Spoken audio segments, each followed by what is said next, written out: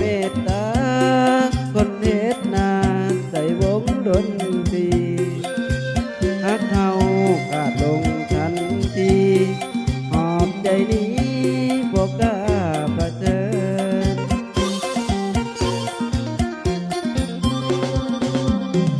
แม่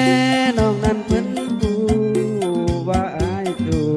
หาเงินหลายทางกลางเว้นเฮ็ดงานแน่นอังว่างกลางคืนห้องลำหาเงินที่พวกเงินค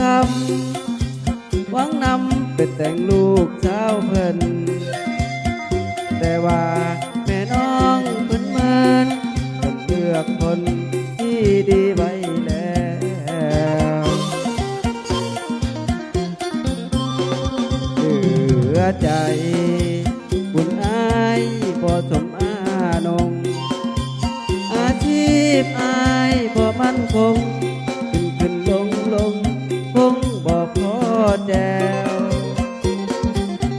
แม่น้องเพิ่นจังคนชื่อทอทางแต่ห่างทอแมวปัดนี้อายผิดหวังแล้วใจแป้วน้ำตาไหลลิน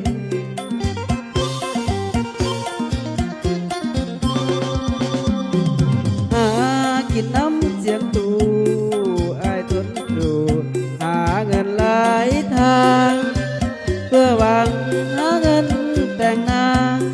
คนขวางทางฮักเลยสูญสิ้นแม่น้องบ่มักบ่อยากได้คนมาเต้นกินลำกิน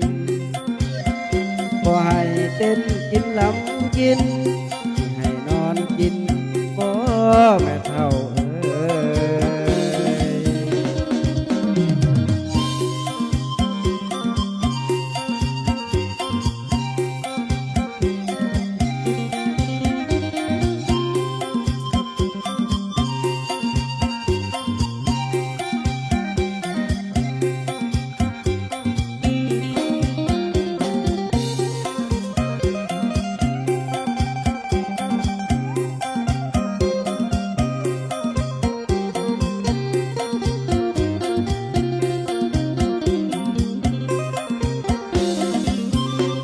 เหลือใจ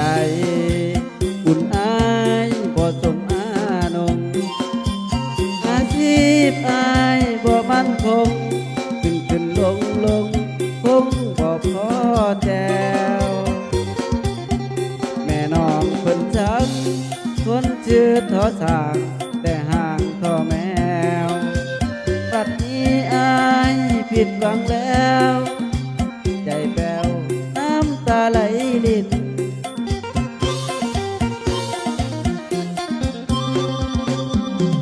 หา